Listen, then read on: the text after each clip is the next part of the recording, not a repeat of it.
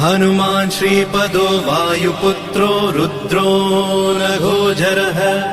अमृत्य वीरवीरश्च ग्रामवासो जनाश्रयः धनदो निर्गुणः शूरो वीरो निधिपतिर्मुनिः पिङ्गाक्षो वरदो वाग्मी सीता शोकविनाशकः शिवः शर्वत्परो व्यक्तो व्यक्तो धराधरः पिङ्गकेशः पिङ्गरोमा श्रुतिगम्यः सनातनः